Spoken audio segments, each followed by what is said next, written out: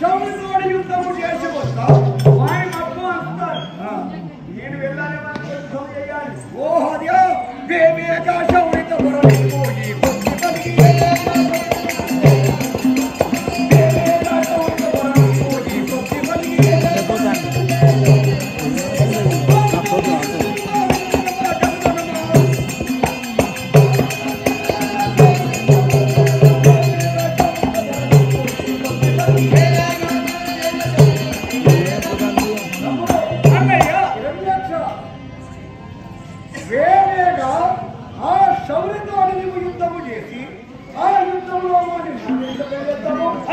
వైకుంఠాపురమేమో నీ స్వాధీనము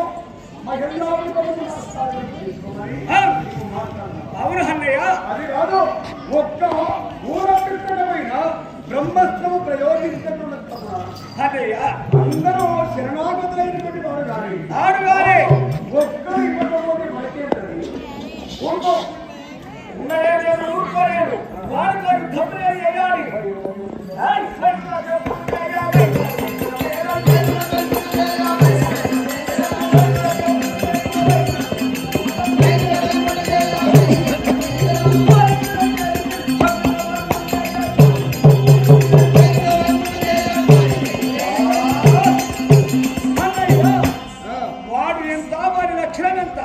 మనకు ఒక్క శత్రుడు వాడు వారి విలువను కలిగినటువంటి వాడు గంత అహంకారం మరి ఇక్కడికి వారి దగ్గరికి వెళ్ళి యుద్ధం చేసి వారి రాజ్యం నేను ఆ సాధన చేస్తున్నాను నాకు యాజ్ఞ పెట్టుకున్నాను దానికి ఎవరెవరిని పెంపు చేశాడు శౌరి వాడు ఎంత వాడిని పెంపు చేస్తే ఒక అక్షరం అన్నయ్య వానితో యుద్ధం చేసి యుద్ధంలో జయించి వానితో వాని మొబ్బను వరించి నేను వస్తాను అది తమ్ముడు హత్య చేసాము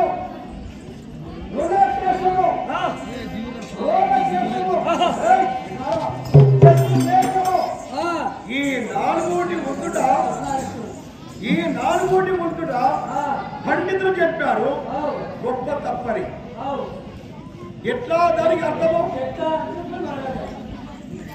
హత్య చేసాము ఎప్పుడైనా ఈ గృహములకు నిప్పు తగ్గదో ఒక ఇంటి తగ్గబడి ఎంతో ఇంటి కూడా దానికి ఏం నివారణ ఏంటి దానికి ఏంటి దానికి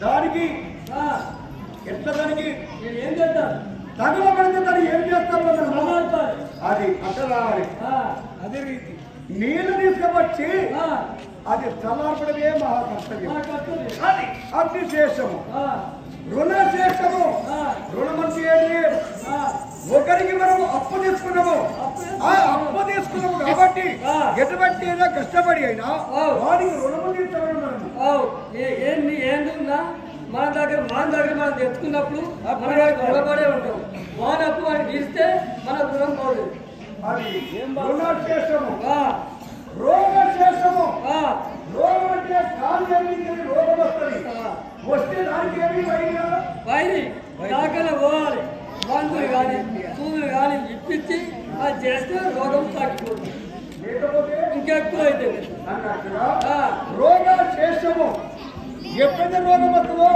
వైద్యులు తీసుకువచ్చి మాత్రాలు వేస్తే అందరికి రోగము నివారణ అయితే లేకపోతే రోగము ఎక్కువై ఆడిలో పోతుంది తర్వాత రోగశేషము శత్రుశేషము శత్రుడు మనకు శత్రువు ఉన్నాడు ఆ ఇంటి వాడు శత్రువే ఆ శత్రుడు అంటే వారి ముఖ్యమే కాదన్నా మనకు అది ఇప్పుడు శత్రువు మనకు వచ్చినప్పుడు వాని మొత్తం తీసేయాలంటే మన చేతిలో వాడు చచ్చినా సరే మన చేతిలో వాడు చచ్చినా సరే మనము శత్రుడు జప్తు చేసేది కాదు అయ్యా ఇప్పుడే వైకుంఠం వెళ్ళి విష్ణుతో యుద్ధము చేసి వస్తా ఆ వైకుంఠాపురము నా స్వాధీనము చేసుకుంటాను నా భర్త మాట్లాడుతుంది ఇగో ఈ నాలుగు గొప్ప తప్పని పండితుల మీద శాస్త్రములో రాసినటువంటి వాడు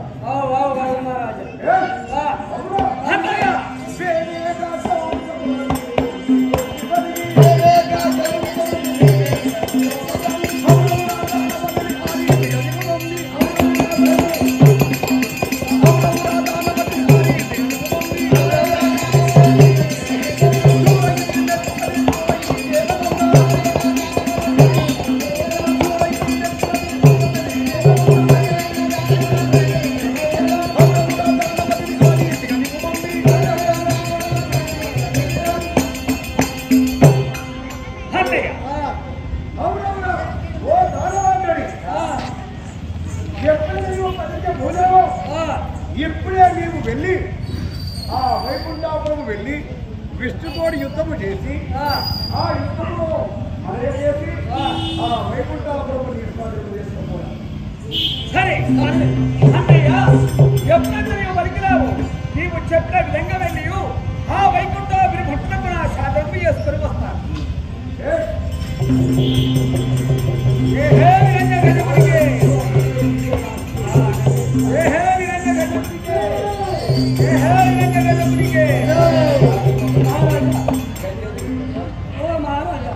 మీ తమ్ములని మీ అన్నని ఇప్పుడే గట్టి ఉంచుకోరు. ఎందుకో చెప్పలేం. మేము ఎప్పటికీ కాకపోతాం.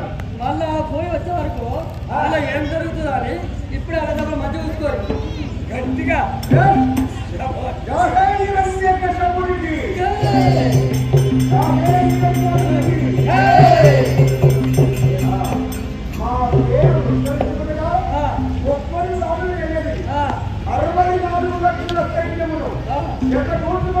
వైకుంఠాపురం వెళ్ళి దాడి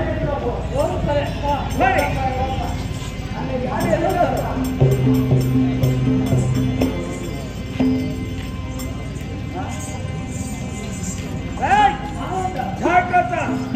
మనం వెళ్ళాలంటే 3 లోకాలు దాడి పడుతున్నాము. కానీ వైకుంఠంలో ఉన్నటువంటి శ్రీ మహావిష్ణువు వారి డబ్బు హరించి రావాలి.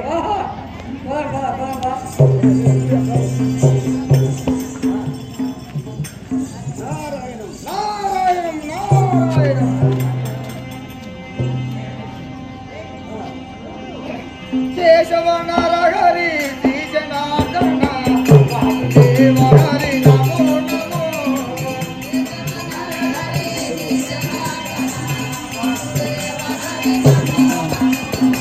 కేశవ నరహరి జనార్దన వాసుదేవ హరి నమో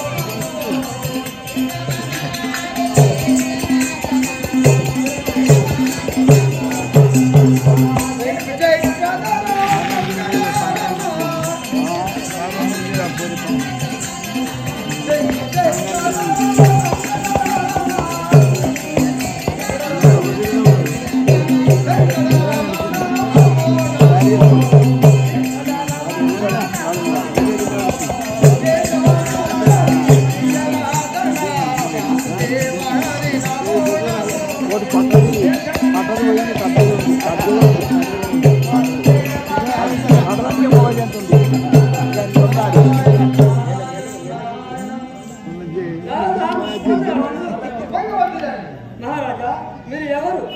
ఎక్కడ పోతున్నారు?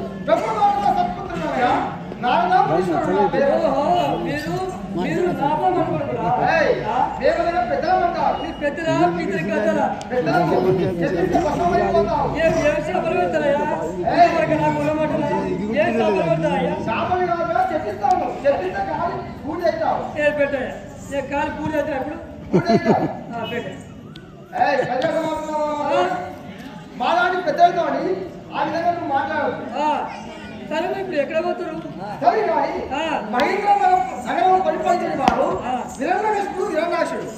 వీరు చాలా ముక్కోములు. వీరు మునులంత లేరు, యోగులంత లేరు. ఎవరి వద్ద వారిని అపోహం చేస్తున్నారు. కాబట్టి వీరి గర్వం సర్వం చేయాలంటే నిరంజాక్షుడు ఆ యొక్క వైకుంఠపురం దండకి యుద్ధానికి పోతున్నాడు. అతనికి అడ్డం వేయి అతను ఒక విషయం చెప్పి వద్దాం.